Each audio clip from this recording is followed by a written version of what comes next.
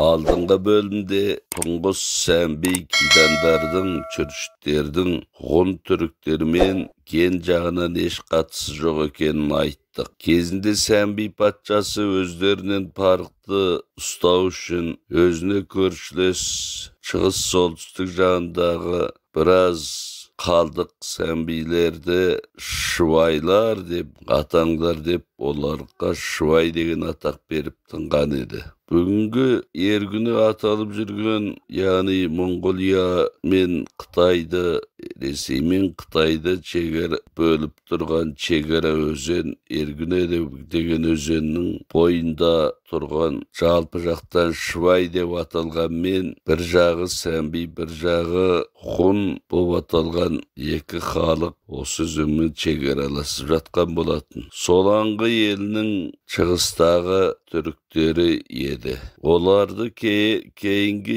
ел шыққан өңіріне қарап жазбаларға шывай монғолдар деп те жазып жіберді. Әйтпесе ол замандарда көшпелі елдің мал жаю, аң аулау шекаралары болған. Ергүні ағыннан шыққан осы бір топ түріктер де кезінде жаудың қысымынан жыныс орманды паналап кеткендер еді.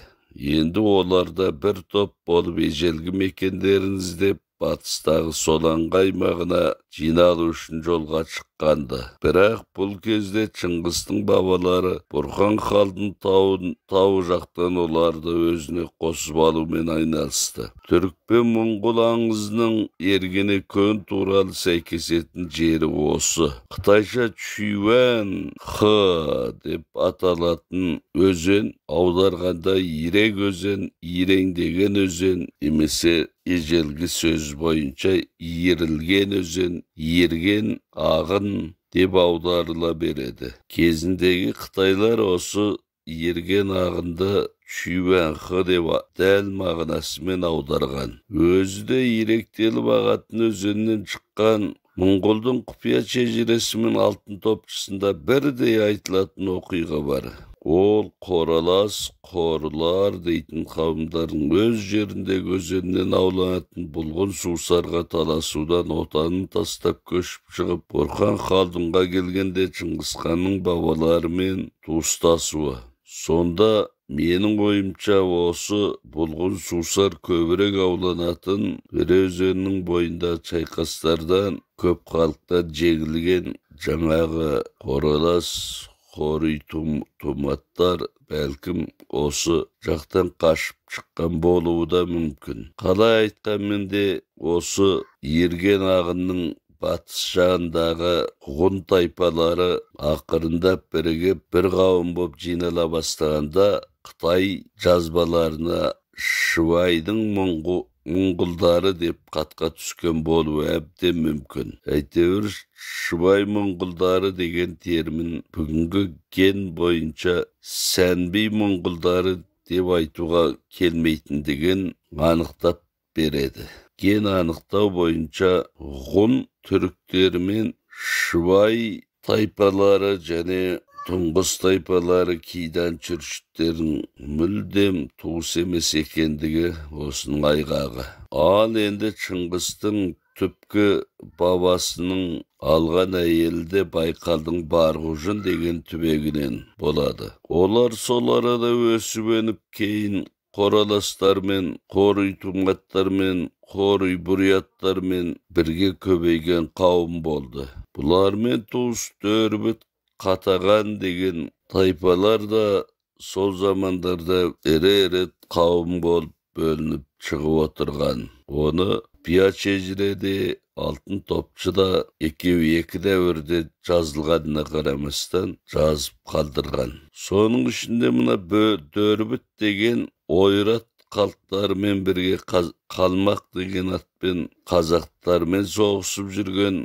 халық екені белгілі. Қатаған тіпті қазақ хандығында ерекше мол ұлы жүздің тайпасы болған. Жаудан қашып ергүне көнде өсіп өндік дегені осы ерген ирек ағынның бойында өсіп өнген бір топтың айтып беруінен шыққан аңыз. Ол бүкіл жалпы түрікке уәкілдік ете алмайды. Ал Қытай білгіштерінің жазбаларға негізделіп айтуы бойынша түріктер Тұрпанның солтүстігінде Боғда тауынан шыққан жазбалар Сүй заманында жазылған. Сүй заманында Чиншанде, яғни Алтын тау деп Боғдан айтқан. Ал Таң империясының аяғы Алтайға жеткен кезде олардың жазғыштары нағыз Алтын тау Алтай екенін байқап, енді Алтайды Алтын тау деп атай бастады. Бірақ екеуінің арасында 200 жыл парық жатты. Аңыз бен жазбаның бәрі де бір ғана ақиқатты меңзейді.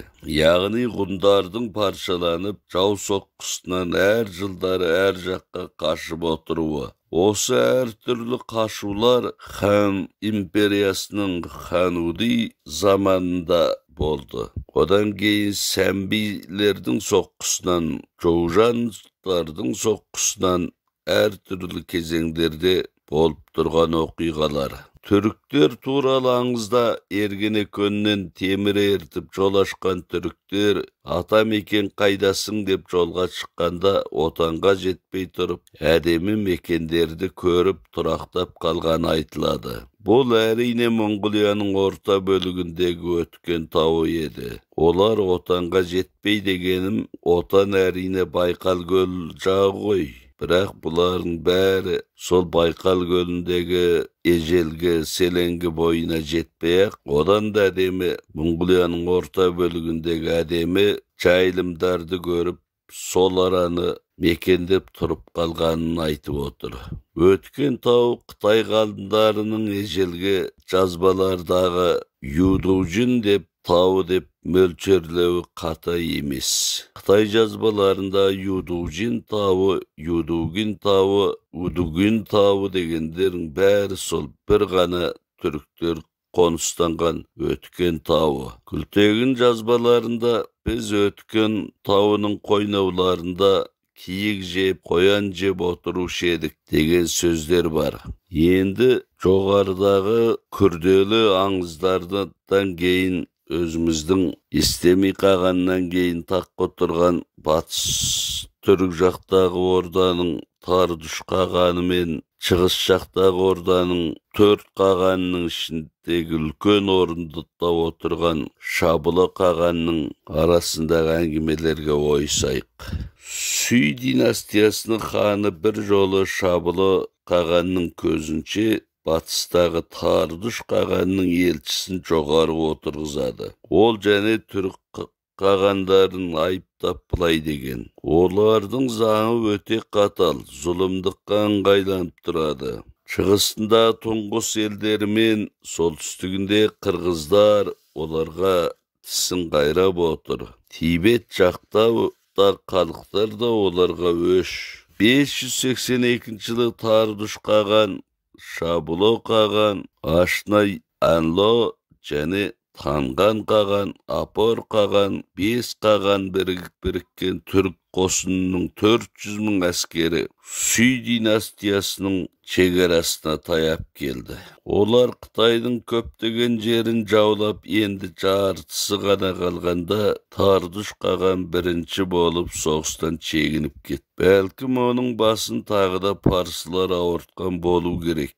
Осы кезде табғаштар, яғни Сүй династиясы арасында осындай бір өсек тарады. Теле тайпалары көтеріліс жасап, өткендегі ордаға қауіп төнді деген сияқты. Шабылы шегініп кетті. Түрік әлсіреді дегенге күш алған табғаштар үлкен қайратпен түрікке ішкерлеп кіріп, Шабылы ордасын шығындап кетті. Және сол жылдары түрік даласына құрғақшылық пен оба апаты қатар келді де, көк түріктер сол жылдары шықпа жаным шықпалап жүріп, әрең күн көріп жатты. Жазбаларда түріктер нан орнына сүйек талқандап жеді деген сияқты естеліктер қалған. Апар қаған Сүй еліне бағынды деген хабар таралды.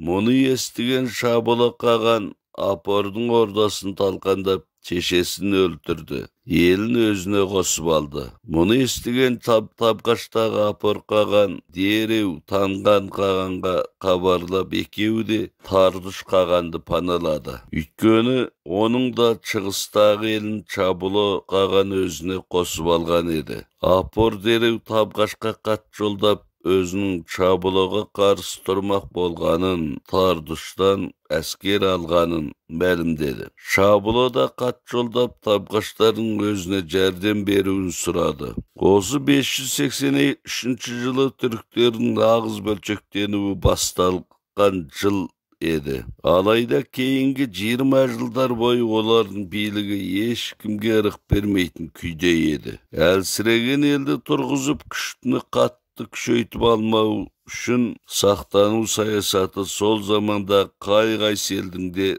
baslı sayasatı bolatın. Eşkimde körçüsünün imperiya boluğun kalamaytın. Süy tapkaçları da sola istedi. Süy xanı derew Çabuloga jardam berүүge çeşim jasadı. Bul kezde ol elsiz, yani Çabulo elsiz edi.